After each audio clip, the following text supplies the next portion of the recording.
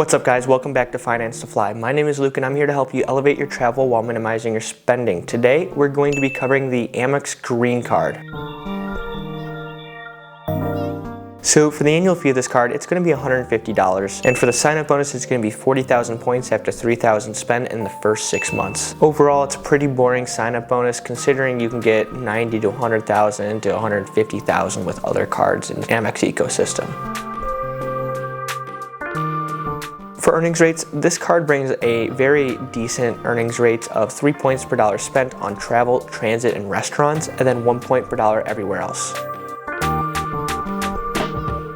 For this card, you're going to get 1 credit, and 1 credit was just removed. The 1 credit you're going to get is the $199 clear credit towards the clear pass at the airport. And then you used to get a $100 Lounge Buddy credit, but that is going away at the beginning of the year, I believe. And I don't know what they're going to replace it with yet. At the time of this recording, they have not announced what they're going to replace it with, but I'm assuming from what they're doing, they're probably going to change up this whole card by the time that this recording goes out, so hopefully not. That's in like a week or 2.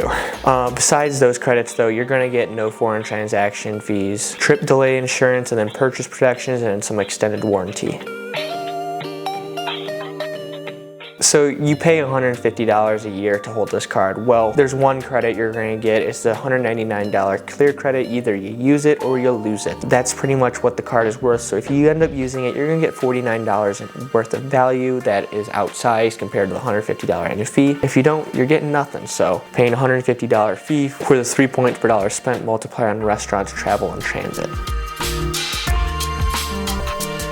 So for these redemptions, we're going to give you a mock example trip of what you could book towards going to Europe in summer 2025. So we'll do 2 one-way flights, one from the US, then one from Europe, and then we'll do a hotel in Europe. So getting over to Europe from the US, you're going to want to fly business class, obviously, because you want to get that nap in over on the plane, get well rested to have a very productive day, your first there. So you're going to want to transfer your points over to Qantas. You're going to be transferring them over to Qantas so that you can book American Airlines business class. For this example, from Philly to Lisbon, it's 57,000 points and $243 for a one-way ticket. This is in business class, obviously. And this same ticket is priced at around $3,700 if you were to do one way like this. The reason why I flip-flop back and forth between round trip and one way in the video is because sometimes you are booking one way there. Sometimes you are booking that one-way trip to Lisbon, and then for like 3 weeks, you're figuring out where you're gonna go, where you're gonna do. Then you're gonna find out you're gonna have to fly out of, hey, let's say Copenhagen. Hint, hint, that might be the next redemption, right? You flying out of Copenhagen, you're gonna have to use maybe a different point system or something like that, where it would increase the cash cost to the point where, hey, this actually does count as a one-way ticket, and then you can get that cent per point value, which is where I'm getting my point to. You can have your cent per point value towards these points at the higher rate of just that single one-way ticket, and then instead of worrying about the round trip, but this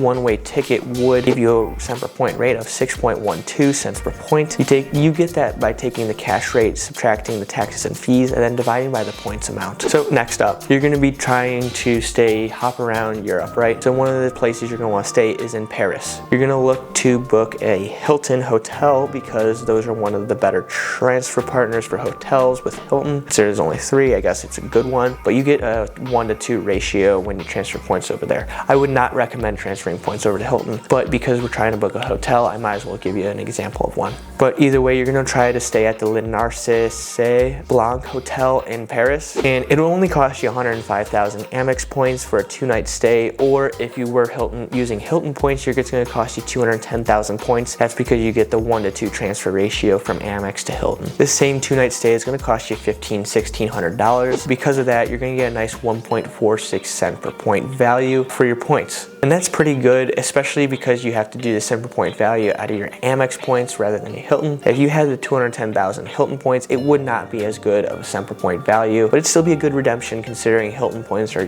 typically worth around 0.5 cents per point. Lastly, like I mentioned before, you're going to be trying to fly back through Copenhagen back to the US. You just want to get to the US because then you can get a repositioning flight for $100 from Southwest or something like that. But you're going to want to maybe you're doing this because you want to take advantage of SkyTeam's newest member, SAS. Well, you can book a premium economy Army Award ticket back to JFK for only 37,500 points and $51. This is a great rate to use because the cash rate for this plane ticket would be $2,800, and it's much easier to use those points. And that means you're getting the 7.3 cent per point value out of those points, and that's good, right? And yes, those cent per point values are a little bit inflated because you are doing a one-way ticket each way, like I mentioned before, but you had to book a different airline, different this, different that. I think they do count as a higher cent per point value just because some things change, and you know, if you want to do the same itinerary, by the time you book the Philly to Madrid and then Madrid to Copenhagen, Copenhagen to Philly, it's going to be probably the same cost, $5,000–6,000 plane ticket, because you have to factor in that you're repositioning to a different city that might not have the same availability in plane tickets that the other city does have. But overall, this whole itinerary that we talked about, it only cost around 199,500 points or 200,000 Amex points. Considering Amex points are somewhat hard to come by, that's not the worst cost. Obviously, there's a couple dates you're gonna have to find other hotels in Lisbon or somewhere else, but still, it's pretty good. So what are my thoughts on this card, and who is this card for? Well, I'd say this card is for me. I actually just recently downgraded my Amex Gold to this card, and that's because the Amex Gold's high annual fee just is not worth it to me anymore. $150 is a lot less than $325. I might not be able to use the Clear credit because I already have Clear through other cards and other ways, but the earnings rate that this allows me to get, I earn now 3 points per dollar spent on Uber and then 3 points on dining if I want to spend dining through Amex. Otherwise, I can spend 3 points per dollar spent on dining through Capital One, Saver One, which is what I'm using now. This card is not to be slept on. It has 3 points per dollar multiplier on 3 different categories that are decently used. Yes, it's not groceries, yes, it's not gas, but transit and then travel are 2 other things that might be a big expense to some people, especially if you live in a big city and are taking public transport or Uber a lot. Another reason why I like this card is you're avoiding the extra $175 in annual to get the extra 1 point per dollar spent on restaurants that you would get with the Gold.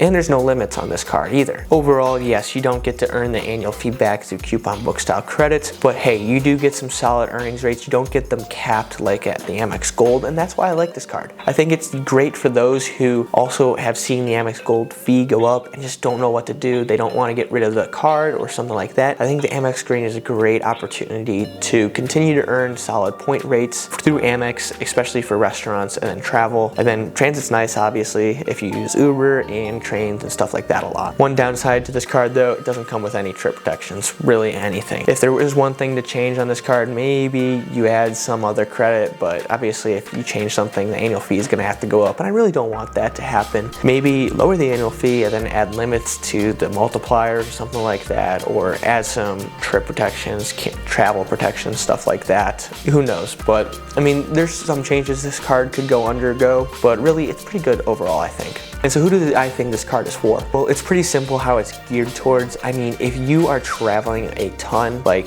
you're out on the road 5 out of 7 days a week, this card is very beneficial to you. I'm sure you're eating out at restaurants. I'm sure you're booking hotels, maybe airfare. Yes, you're not getting the travel and trip protection, stuff like that, but hey, you gotta weigh the pros and cons of that. How many times you use it, if it's really gonna be worth your extra money. And then you're also probably gonna be Ubering and taking trains, stuff like that. I mean, these 3 categories are geared towards travel. If you're similar to the example I just provided, or in any way really, this card definitely can be good for you. And then this card can also be good for anyone that wants to downgrade from the Gold. Like I mentioned before, in my own situation, I decided to go with a 2-card setup for my daily drivers instead of 1, the Amex Green and the Saver One. And so I subtracted $175 in annual fees out of my own wallet, which is nice, and I think that's a great opportunity for anyone that wants to take that opportunity. Other than that, I do think you shouldn't sleep on this card. It's got pretty good potential. Let's hope they don't ruin it or change things too much when they have to increase the annual fee, if they do with every other card. So all in all,